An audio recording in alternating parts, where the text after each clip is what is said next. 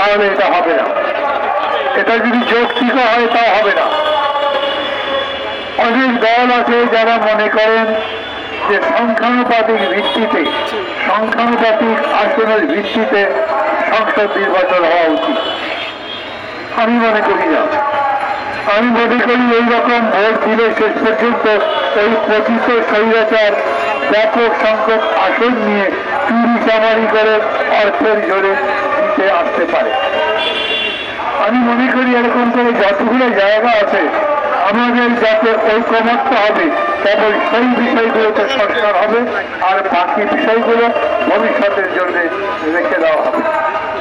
কিন্তু আজকের এই সভা তার চাইতে গুরুত্বপূর্ণ বিষয় নিয়ে খরচ হচ্ছে। এই যে কবিতার আছে, ক্ষুধার্ত শিশু চায় না সরাজ, চায় দুটি ভাত একটি জন। দেখুন জিনিসপত্রের দাম কিরকম বেড়ে গেছে, কে না জানে, সারা দুনিয়ার মানুষ জানে। ডক্টর ইউনূস জানেন না, অন্যান্য উপদেষ্টারা জানেন না, জানি তো বটে। দায়িত্ব পাবার পরে পরে যারা সাদউদ্দিন আহমেদ বাজারে ঘুরেছিলেন একটু করে, জিনিসের দাম এত বেশি কেন, কিভাবে কমানো যায়, সেটা যারা বিক্রেতা তাদের সাথে কথা বলতে গিয়েছিলেন, উনি ফিরে আসবার পরে জিনিসের দাম আরো বেড়ে গেছে। এটা পত্রিকায় লিখেছে। আজ পর্যন্ত জিনিসের দাম কমানোর ব্যাপারে এই সরকারে আমরা অন্য কোনো উদ্যোগ দেখিনি। এই পত্রিকার সম্পাদক নুরুল কবির এই প্রধান উপদেষ্টার একটা ইন্টারভিউ করেছিলেন।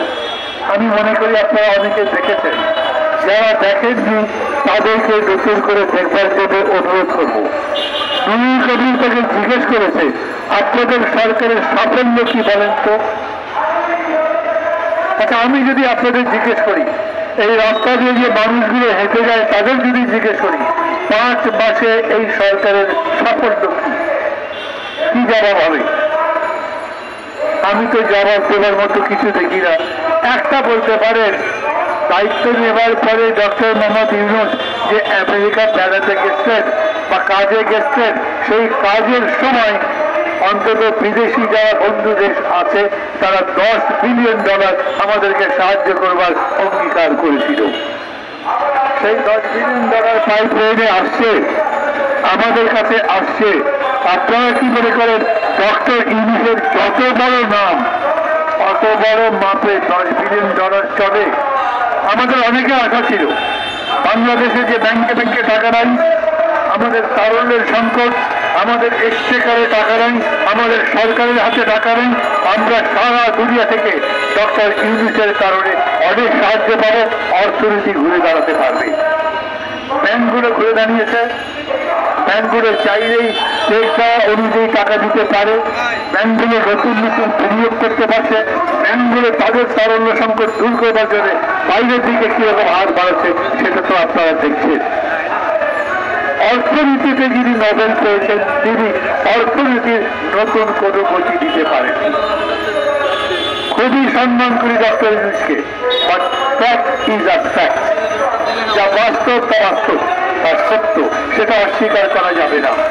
মানুষের প্রাণ যখন অস্তাগত, মানুষ যখন বাজারে গেলে খাবারের দাম দেখে অতিষ্ঠ হয়ে যায়, মনে করি এরকম জীবনযাপন করা যাবে কিরকম করে, সেই প্রেক্ষিতে যে কাজটা তিনি করেছেন 100টা পদ্মে নতুন করে ভ্যাট ট্যাক্স লাগিয়েছেন।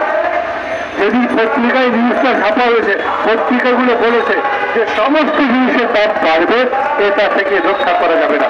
অথচ সত্যি কথা হচ্ছে, যখন আপনি পত্রিকাটা পড়ছেন তখন ইতিমধ্যেই জিনিসপত্রের দাম বাড়তে শুরু হয়েছে।